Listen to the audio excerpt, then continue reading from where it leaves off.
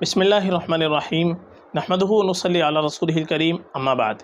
محترم ناظرین کرام، ایک آئی ڈی ہے ڈیئر ٹو سور، اس سے سوال ہے: السلام علیکم مفتی صاحب، حالۂ منتہا بیٹی کا نام رکھ سکتے ہیں؟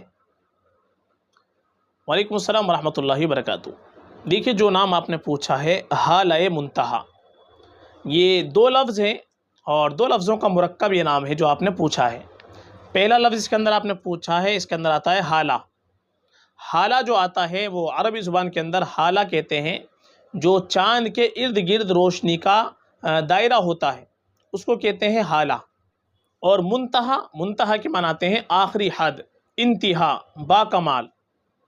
تو حالۂ منتہا، اس کا پورا مطلب اگر ہم نکالتے ہیں تو اس کا پورا مطلب نکلتا ہے روشنی کا آخری دائرہ، روشنی کی آخری حد، روشنی کی آخری انتہا۔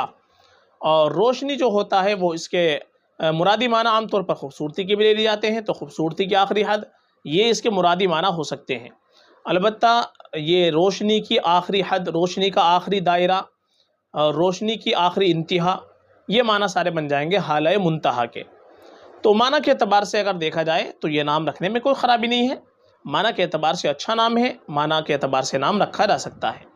ہاں، البتہ زیادہ بہتر یہ ہے کہ ہم اپنی بچی کا نام رکھیں تو صحابیات رضی اللہ عنہن اجمعین کے ناموں پر، ازواج مطہرات کے ناموں پر، جو نیک خواتین گزری ہیں ان کے ناموں پر رکھ لیں، یہ اور بہتر ہے، باعث برکت ہوتا ہے۔ اور ماں باپ کے اوپر اولاد کا سب سے پہلا حق یہ ہے کہ ماں باپ اپنے بچے کا نام رکھیں تو اچھا نام رکھیں، یہ ماں باپ کا سب سے پہلا حق ہے۔ تو ہم کو ہمیشہ اچھا نام رکھنا چاہیے، اچھی نسبت سے نام رکھنا چاہیے، اور علماء سے تحقیق کرنے کے بعد ہی ہم کو نام کا انتخاب کرنا چاہیے۔ تو یہ نام آپ نے جو پوچھا ہے معنی کے اعتبار سے اچھا ہے، یہ نام رکھا جا سکتا ہے فقط، واللہ اعلم۔